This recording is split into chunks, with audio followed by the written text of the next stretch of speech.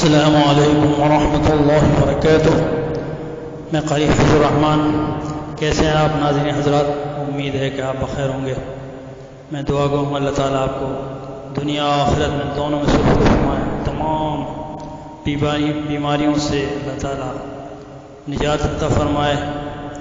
عالم انسانیت کو جو ایک موذی مرض ہے اور تمام عالم کے مسلمانوں کو اس مرض سے ہم سب کی حفاظت فرمائے اور ہم کو دنیا میں ہی بھلائی عطا فرمائے، آخرت میں ہی بھلائی عطا فرمائے۔ کل میں نے طہارت کا اثر کے بارے میں، طہارت کا کیا اثر ہوتا ہے اس کے بارے میں نے بیان کیا تھا۔ آج میں وضو کا طریقہ بتانے جا رہا ہوں، سماعت فرمائیں۔ اس میں کچھ مشکل الفاظ ہیں، اس کے پہلے معنی میں بتا دیتا ہوں۔ قصد، ارادہ، اسراف، بے فائدہ خرچ کرنا، بدعت، اپنی طرف سے دین میں کوئی نئی بات پیدا کرنا۔ قبلہ، کعبہ، جس کی طرف منہ کر کے مسلمان نماز پڑھتے ہیں۔ مقصود، قصد کیا گیا، ارادہ کیا گیا، مطلب مراد۔ خلال، درمیان، دو چیزوں کے درمیان کا فاصلہ۔ التجا، آرزو کرنا۔ حبیرہ، لکڑی جو کسی ٹوٹی ہوئی ہڈی پر اسے درست کرنے کے لیے باندھی جاتی ہے۔ مقیم، قیام کرنے والا، رہنے والا۔ جب تم نماز پڑھنے کا ارادہ کرو تو پاکی حاصل کرنے کی نیت کر کے پہلے وضو کرو اور اس کے لیے صاف برتن میں پاک پانی لے کر پاک اور صاف اونچی جگہ پر بیٹھ جاؤ۔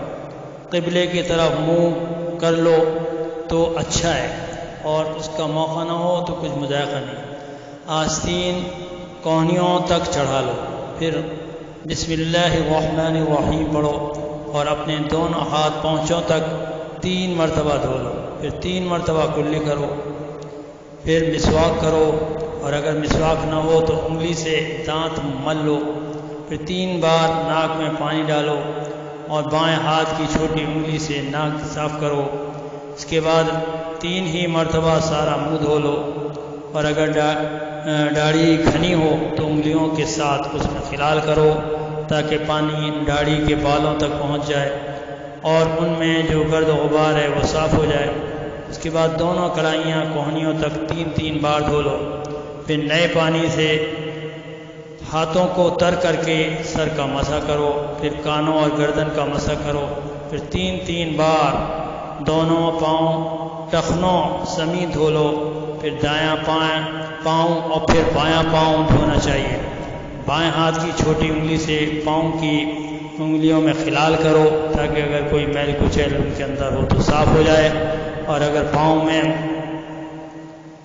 جرابیں ہیں یا موزے پہنے ہوئے ہوں تو ان پر پاؤں کا مسح کر لینا بھی جائز ہے تاکہ پاؤں کا دھونا یاد آ جائے۔ وضو سے مراد پانی کا بہانا اور مسح سے مراد پانی کی صرف تری پہنچانا ہے، یا یوں کہو کہ ہاتھوں کو پانی سے تر کر کے کسی عضو پر پھیرنا مسح کہلاتا ہے۔ سر کا مسح کرنے کا طریقہ یہ ہے کہ دونوں ہاتھوں کی انگلیاں پانی سے تر کر کے پیشانی کے بالوں پر ملا کر رکھو اور گدی تک ہاتھ پھیرتے جاؤ تاکہ بال سلجھ جائیں، اور جس کے سر میں بال نہ ہوں تو اسے چاہیے کہ گدی تک ہاتھ پھیر کر پھر وہاں سے ماتھے تک ہاتھ واپس لے آئے، اور پھر انگوٹھوں سے کانوں کے باہر کا اور شہادت کی انگلی سے کانوں کے اندر کا اور انگلیوں کی پشت سے گردن کا مسح کرو۔ گلے پر مسح کرنا بدعت ہے، اور مسح صرف ایک ہی بار کرنا چاہیے۔ پاؤں کا مسح اس وقت جائز ہے جبکہ موزے یا جرابیں وضو کی حالت میں پہنے ہوں۔ یہ مسح وضو ٹوٹنے کے بعد مقیم کے لیے 8 پہر تک اور مسافر کے لیے 3 دن تک جائز ہے۔ مثلا اگر کوئی شخص صبح وضو کر کے موزے پہن لے اور عصر کے وقت اس کا وضو ٹوٹ جائے تو اگلے دن نماز عصر تک ان موزوں پر مسح کر سکتا ہے، اور مسافر 3 دن تک کر سکتا ہے، بشرطے کہ اس عرصے میں بے وضو ہونے کی حالت میں وہ موزے نہ اتارے۔ مسح چمڑے یا دانت کے مسا چمڑے یا ان کے موزوں پر جائز ہے، یا اتنے دبیز موزے ہوں جس پر مسا جائز ہے، جن سے پاؤں ٹخنوں تک چھپے ہوں، اور سوت یا اون کے وہ موزے جن کے نیچے چمڑے کا تلوا ہو یا خاصے موٹے ہوں، اور جرابیں خواہ اونی ہوں یا سوتی، اگر موٹی ہوں تو ان پر مسا جائز ہے، اور پاؤں کی 3 چھوٹی انگلیوں کے برابر موزہ پھٹ جائے تو اس پر مسا جائز نہیں۔ وضو کے ٹوٹنے یا مسا کی میعاد کے ختم ہونے، موزوں کے اتار دینے اور 3 انگلی کے برابر اس کے پھٹنے سے مسا ٹوٹ جاتا ہے۔ مسا صرف اوپر کی طرف کرنا چاہیے، تلوے یا ایڑی کی طرف مسا کرنا درست نہیں ہے، جس کی ترتیب یہ ہے کہ انگلیوں کو پانی سے تر کر کے دائیں ہاتھ کی انگلیاں دائیں پاؤں کے نیچے پر رکھو، یعنی پنجے پر رکھو، دائیں ہاتھ کی انگلیاں دائیں پاؤں کے پنجے پر رکھو، اور بائیں ہاتھ کی انگلیاں بائیں پاؤں کے پنجے پر رکھو، اور انگلیوں کو کھولے ہوئے ٹخنوں سے اوپر تک کھینچے ہوئے لے جاؤ، اور اگر وضو کی جگہ پر کہیں زخم ہو اور اسے پانی سے دھونا نقصان ہے تو اس پر مسا کر لیا جائے۔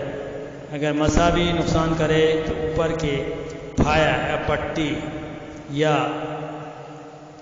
جبیرہ ہی پر مسا کر لیا کرے، وہ ایک لکڑی ہوتی ہے، اور یہ مسا ساری پٹی پر کرنا چاہیے، خواہ اس کے نیچے زخم ہو یا نہ ہو۔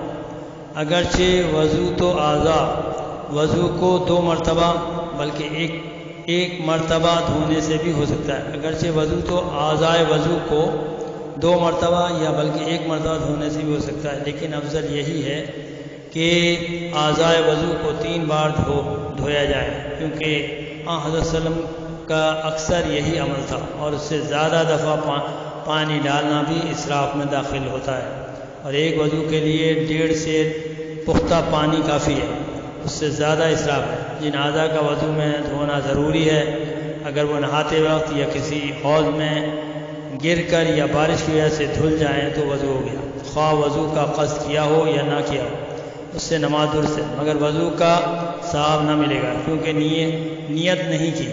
وضو کرتے وقت دل کی کیفیت کو زبانی الفاظ سے جو مقصود پر دلالت کرتے ہوں قابو میں رکھنا، اور دل کے ساتھ زبان سے ادا کرنا بھی خالی از فائدہ نہیں۔ وضو سے فارغ ہوتے وقت یہ دعا پڑھنی چاہیے: اللہم اجعلنی من التوابین واجعلنی من المتطہرین، جو انسان کے ظاہری اور باطنی طہارت کے لیے ایک عمدہ دعا ہے، جو جسم کو ظاہری نجاست سے پاک کرنے اور گناہوں کی نجاست سے روح کو بچانے کی بہترین التجا ہے۔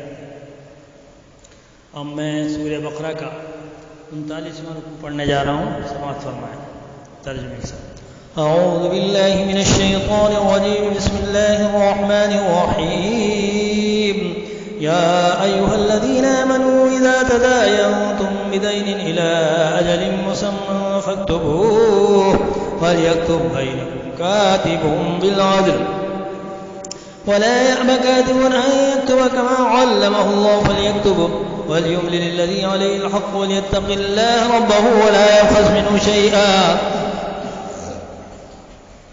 فإن كان الذي عليه الحق سفيحا أو ضعيفا أو لا يستطيع أن يمل فليملل وليه بالعدل فاستشهدوا شهيدين من رجالكم فإن كان الذي عليه الحق سفيها أو ضعيفا أو لا يستطيع أن يمل فليملل وليه بالعدل واستشهدوا شهيدين من رجالكم فإن لم يكونا رجلين فرجل وامرأتان ممن ترضون من الشهداء أن تضل إحداهما فتذكر إحداهما الأخرى ولا يأبى الشهداء إذا ما دعوا ولا تسأموا أن تكتبوا صغيرا أو كبيرا إلى أجلهم ذلكم أقسط عند الله أقوم للشهادة وأدنى ألا ترتابوا إلا أن تكون تجارة حاضرة تديرونها بينكم فليس عليكم جناح ألا تكتبوها وأشهدوا إذا تبايعتم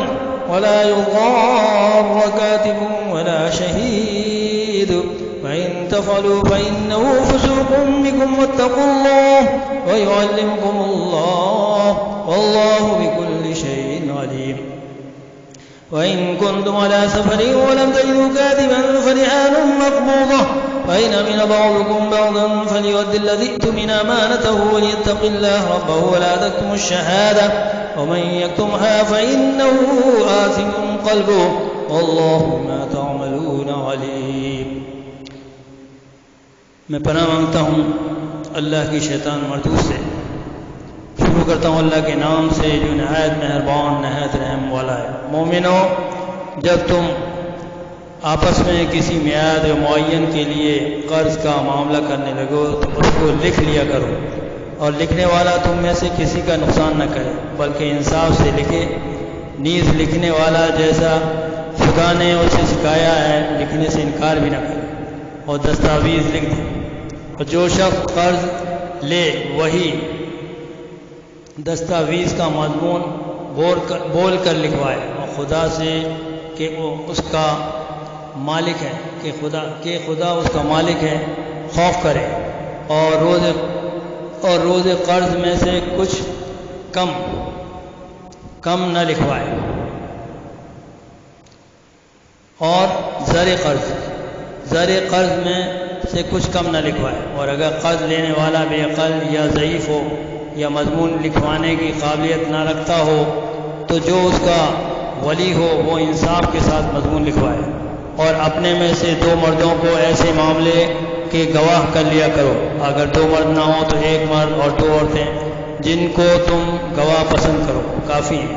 اگر ان میں سے ایک بھول جائے گی تو دوسری اسے یاد دلا دے گی. اور جب گواہی کے لیے طلب کیے جائیں تو انکار نہ کریں. اور قرض تھوڑا ہو یا بہت اس کی دستاویز کے لکھانے میں کاہلی نہ کرو. یہ بات خدا کے نزدیک نہایت قریب انصاف ہے. اور شہادت کے لیے بھی یہ بہت درست طریقہ ہے، اس سے تم کو کسی طرح کا شک و شبہ بھی نہ پڑے گا. ہاں اگر سودا دست بدست ہو تو جو تم آپس میں لیتے دیتے ہو اگر ایسے معاملے میں دستاویز نہ لکھو تو اس پر کچھ گناہ نہیں. اور جب خرید و فروخت کیا کرو تو بھی گواہ کر لیا کرو. اور کاتب دستاویز اور گواہ معاملہ کرنے والوں کا کسی طرح کا نقصان نہ کریں. اگر تم لوگ ایسا کرو گے تو یہ تمہارے لیے گناہ کی بات ہے. اور خدا سے ڈرو اور دیکھو کہ وہ تم کو کیسی مفید باتیں سکھاتا ہے. خدا ہر چیز سے واقف ہے. اور اگر تم سفر پر ہو اور دستاویز لکھنے والا نہ مل سکے تو کوئی چیز رہن یا قبضہ رکھ کر قرض لے لو. اور اگر کوئی کسی کو امین سمجھے یعنی رہن کے بغیر قرض دے دے تو امانت دار کو چاہیے کہ صاحب امانت کی امانت ادا کر دے. خدا سے جو اس کا پروردگار ہے ڈرے. اور دیکھنا شہادت کو مت چھپانا، جو اس کو چھپائے گا وہ دل کا گناہگار ہوگا. اور خدا تمہارے سب کاموں سے واقف ہے. وآخر دعوانا الحمدللہ.